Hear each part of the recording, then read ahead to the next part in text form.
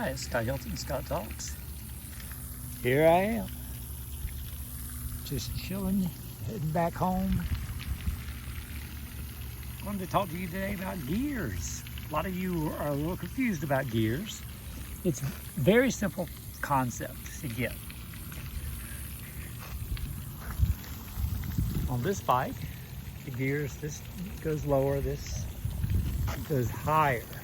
They have new ones with little paddles on those racing bikes. They have a little paddle like on your car, and they're electronic gears. They're cool. And if you had a second gear here, a derailleur here, that would change to a big chain to a little ring to change the tension on your pedaling. It would be on this side. Okay? Now, basically, very simple. The big one is easier to pedal with. The little one is harder to pedal with. And on my bike, there's one size in the front, so there's no derailleur to mess up. I had my old bike. I had it 20 years, so let's give it that. But it got to a point where the derailleur on the front kept messing up, and the chain would pop off and get caught up, and I was frustrated. I got it fixed twice, and it never did get fixed. And I asked them if I needed a new chain or a new derailleur, you know, and they never did. They said no. I should have gone somewhere else, right? Anyway, I like my simple, I'm 65, I like it simple. One is fine. Now, if you have two, it gives you more diversity in your gears. You know, like they'll say you have 21 speeds, or you got this, or you got that, or you got 3 of these, or something. Whatever craziness. Basically, you're got kind of the same gears. There's gonna be a little easier and a little tougher because the smaller gear's easier. I mean, it's harder. Smaller gear's harder. Bigger gear is easy. And if you've got a different length here, that changes the way you ride. So if you've been riding in a 5th gear, and you're like, yeah, it's all right, but it's, you know, it's a little hard. I think I want 5.5. And that's what you get. How are you doing? Good. Good day for a ride. It is a good day for a ride. That's a really nice bike. Well, thank you. Got it a Trek.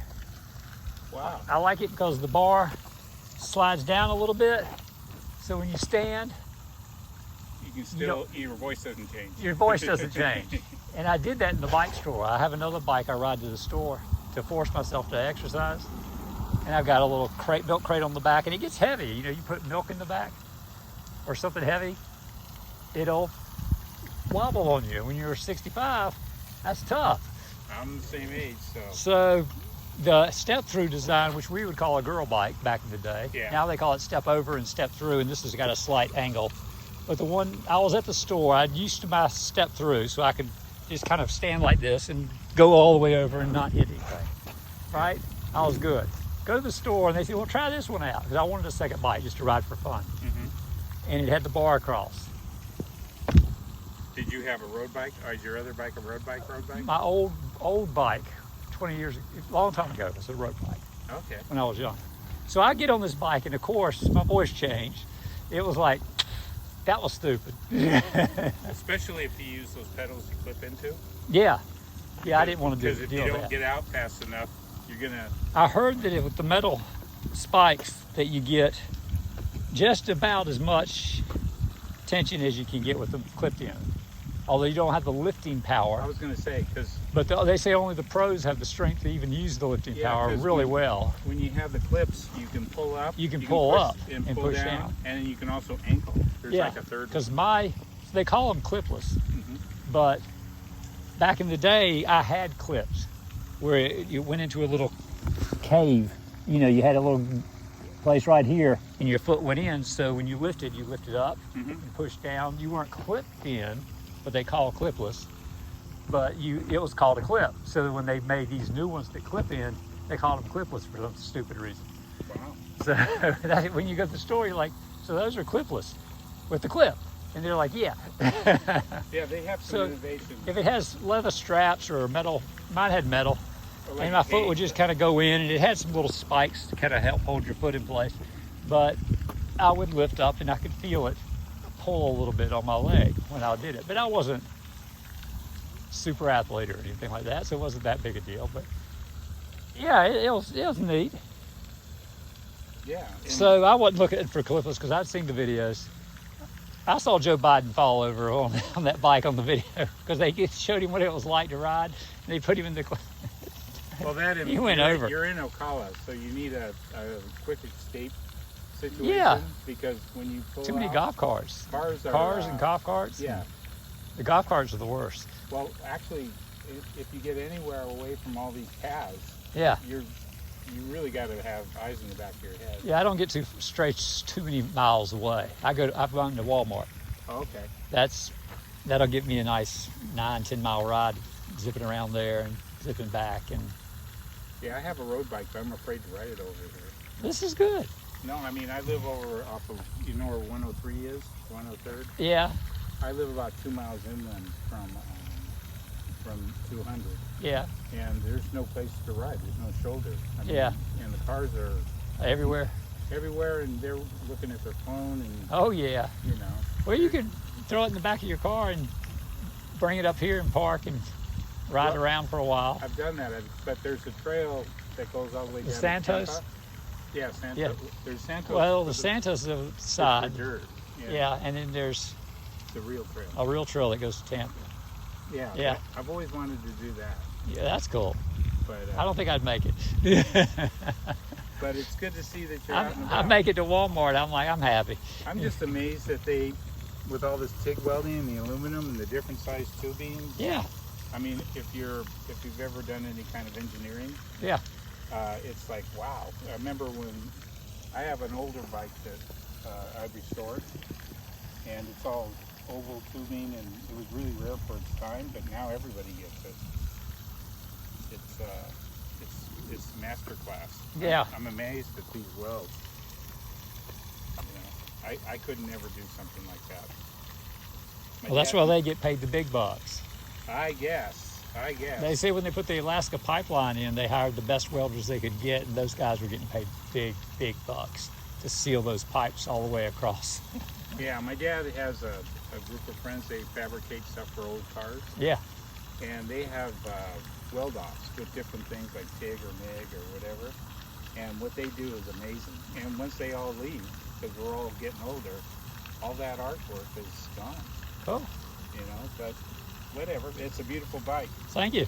Enjoy your day. You too. Bonus. Nice conversation. But back to the bike. This is easier. This is harder. If you have 2 or 3 extras, you can kind of get it in between those gears so that you can find that magic gear, magic spot you like. If that's up to you, because I have had times I've rode and I thought, I could drop down a gear, and I'm like, no, that's too easy. I could get it up, that's too hard. And you get that feeling like you wish it was a little easier or a little harder or something. But when you get older, you don't care about going downhill at full speed on the little gear to see how fast you can go as much. You know what I mean?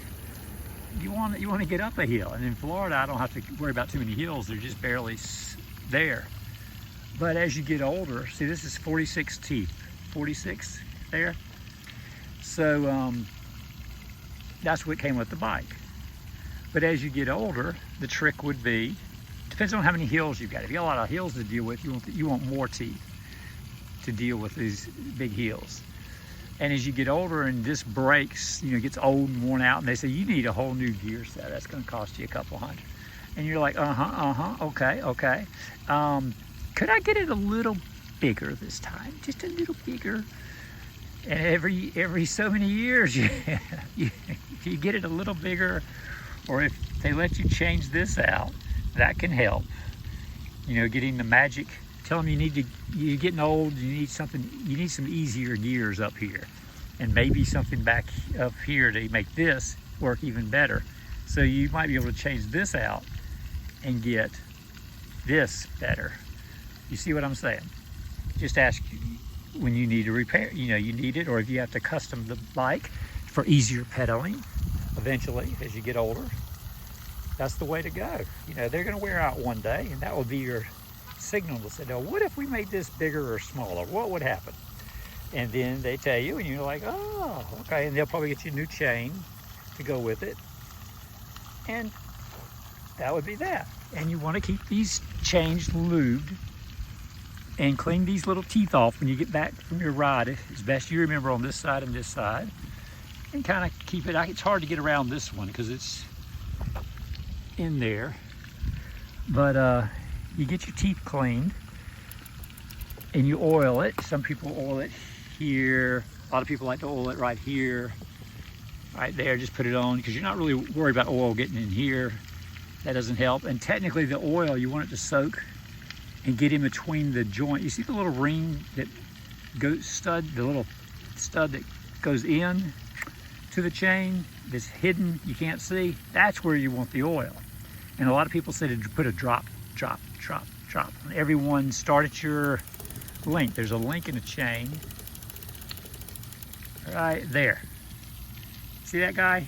That's where they link together. And some people carry extra links with them, extra length with them.